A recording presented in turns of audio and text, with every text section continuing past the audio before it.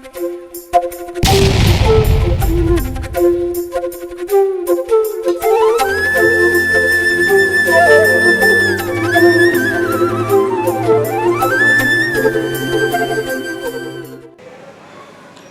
वैसा धर्म नहीं, वो धर्म जो सत्य और दया से युक्त हो, फिर तपस्या भी हो, ज्ञान भी हो, वैराग्य भी हो।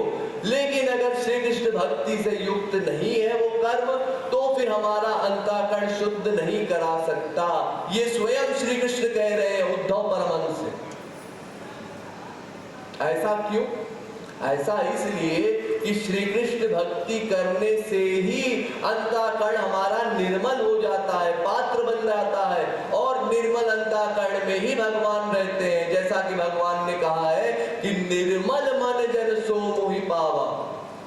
अरे यूं समझिए, ये जो आप लोग संसार में देखते हैं ना, रोज ये नाटक होता है कि हम लोग महात्माओं के पास जाते हैं और जाकर के कहते हैं कि महात्मा जी हमको आपसे मंत्र चाहिए, दीक्षा चाहिए। आप लोगों ने देखा होगा संसार में, जाना भी नहीं भगवत विषय के बारे में और जाते ही कहते हैं महात्मा जी हमको मंत्र दे दीजिए। और महात्मा भी ऐसे कमाल है हमारे यहाँ कि शिष्य की पात्रता देखे बिना ही मंत्र दे देते हैं, और वो मंत्र लेने के बाद शिष्य संसार में घूम रहा है, तमाम अपराध कर रहा है और मन से ऐसा सोच रहा है कि बस हमारी भगवत प्राप्ति हो गई। मरने के बाद गुरुजी मिलेंगे भगवान के लोक में गेट पर कि आओ तुम्हारा प्रवेश हम लोग करवा देंगे। ऐसा नहीं होता जी। ये जो मंत्र लेने की परंपरा आज चल रही है, वास्तव में बहुत प्राचीन परंपरा है, लेकिन उसका ठीक ठीक उपयोग हम लोग नहीं जानते। पहले के समय में जब मंत्र दिया जाता था, उस समय पहले साधक गुरु के साथ रह करके गुरु के सानिध्य में पहले साधना करता था। फिर जब उसका अंतःकरण शुद्ध हो जाता था तो गुरु एक दिन एक्टिंग में उसको बुला करके उसके कान में मंत्र दिया करता था। तो क्योंकि गुरु के सानिध्य से उसका अंतःकरण शुद्ध हो चुका था, इसलिए वो मंत्र ग्रहण करते ही सीधे भगवत प्राप्ति हो जाती है।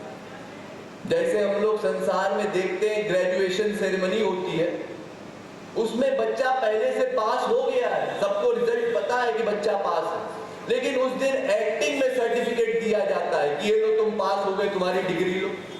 ऐसे ही वो शिष्य पहले से लायक था, लेकिन गुरु ने जैसे ही कान में मंत्र दिया तुरंत भगवत प्राप्ति हो गई। लेकिन संसार में आजकल क्या हो रहा है?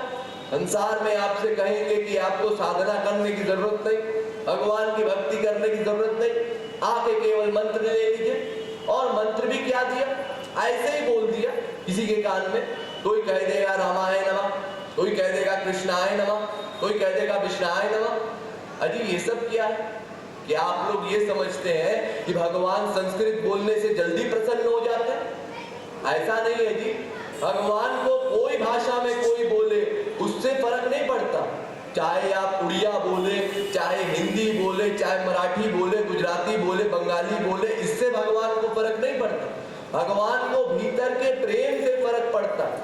और वैसे भी मूर्खो वदन्ति विष्णाय धीरो वदन्ति विष्णवे।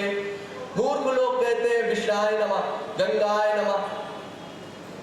तो भगवान ये नहीं देखते कि आप गंगाय बोल रहे हैं कि गंगाई बोल रहे हैं, विष्णाय बोल रहे हैं कि विष्णवे बोल रहे हैं। भगवान ये देखते हैं कि आपका अंतःकरण इस समय भगवान को पाने के लिए कितना व्याकुल है, आपके अंतःकरण में भगवान से मिलन की प्यास कितनी परसेंट है। ये देख करके भगवान आपकी बात सुनते। बाकी संस्कृत से भगवान जल्दी नहीं पिघलते। इसलिए पहले आपको साधन भक्ति करनी है, साधना करनी है, भगवान के लिए आंख बहा करके उनमें अटैचमेंट करना है। और ये नहीं सोच रहा है कि अमुक महात्मा ऐसे हैं कि उनके पास जाकर के मंत्र लेने